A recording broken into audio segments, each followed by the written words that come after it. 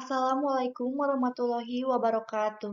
Di sini saya akan mereview materi bab 4 tentang jurnal dari Sistem Informasi Akuntansi. Jurnal Jurnal transaksi keuangan yang direkam dalam formulir seperti faktur penjualan, faktur pembelian, dan bukti kas masuk dan lain-lain.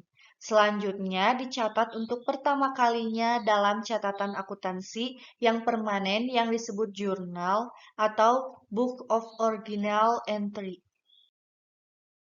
Jenis jurnal ada dua. Yang pertama ada jurnal umum, general journal, dan juga ada jurnal khusus, special journal. Jurnal umum, jika jenis transaksi perusahaan masih sedikit, dan jurnal khusus, jika usaha perusahaan bertambah besar dan jenis transaksi menjadi lebih banyak, maka jurnal umum harus dipecah. Mengapa jurnal umum harus dipecah? Yang pertama, untuk mengumpulkan dan menggolongkan transaksi yang sama yang frekuensi terjadinya tinggi. Yang kedua, untuk mengurangi pekerjaan pembukuan ke dalam buku besar dan untuk menggolongkan transaksi yang dicatat.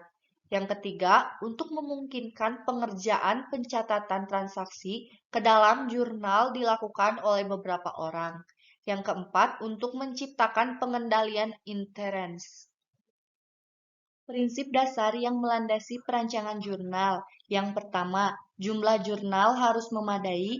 Yang kedua, jurnal digunakan untuk memisahkan transaksi ke dalam penggolongan pokok, yaitu penerimaan kas. Yang ketiga, penggunaan jurnal berkolom. Posting ke buku besar cukup satu kali. Keempat, nama kolom dalam jurnal harus sesuai dengan nama rekening yang bersangkutan dalam buku besar. Yang kelima, kolom 2 dalam jurnal digunakan untuk mengumpulkan angka yang dirikas dalam rekening yang bersangkutan dalam buku besar. Yang keenam, jurnal harus dirancang sedemikian rupa sehingga pekerjaan menyalin informasi dari dokumen sumbernya dibuat sangat minim. Faktur penjualan. Yang ketujuh, harus ditetapkan hubungan antara dokumen sumber tertentu dengan jurnal sehingga pertanggungjawaban kebenaran informasi dapat ditentukan, yaitu jurnal penjualan, faktur, dan bukti pengiriman. Jenis-jenis jurnal khusus, yang pertama, jurnal penjualan, itu penjualan barang dagangan dengan cara kredit. Yang kedua, jurnal pembelian, itu pembelian barang dagangan dengan cara kredit. Yang ketiga, jurnal penerimaan kas, itu termasuk penjualan barang dagangan dengan cara tunai. Yang keempat, jurnal pengeluaran kas, itu termasuk pembelian barang dagangan dengan cara tunai. Dan yang kelima, jurnal umum atau memorial. Di sini ada jurnal penjualan 1, langkah-langkahnya misal perusahaan. Yang pertama, menentukan nilai persediaan atau metode periodik. Yang kedua, selalu menjual barang dagangan dengan kredit.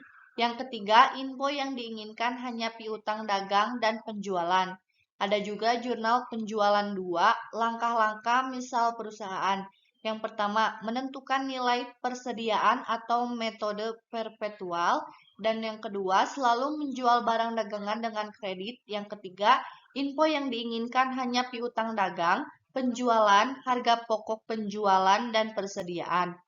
Ada juga jurnal pembelian, langkah-langkah misal perusahaan.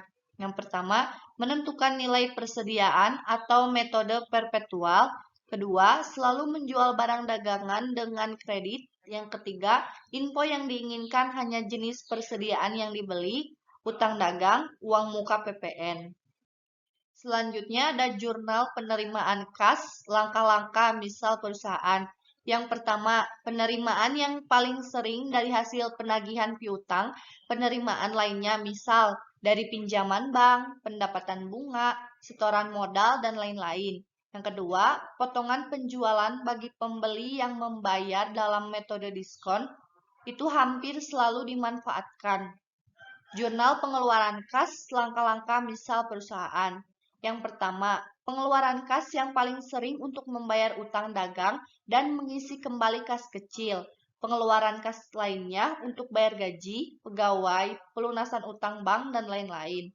Kedua, Perusahaan selalu membayar utang pada periode diskon agar mendapat potongan pembelian.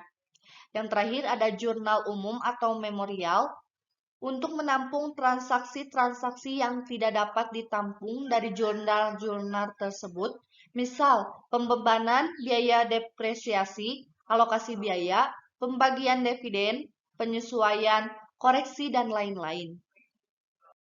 Ada metode pencatatan data dalam jurnal. Yang pertama, informasi dalam dokumen sumber disalin dalam jurnal menggunakan tangan. Kedua, informasi dalam dokumen sumber disalin dalam jurnal menggunakan mesin pembukuan. Ketiga, jurnal berupa arsip dokumen, sumber yang disusun menurut waktu terjadinya. Yang terakhir, ada dokumen sumber dimasukkan dalam komputer. Sekian dari saya. Mohon maaf bila ada kata-kata yang kurang jelas. Terima kasih. Wassalamualaikum warahmatullahi wabarakatuh.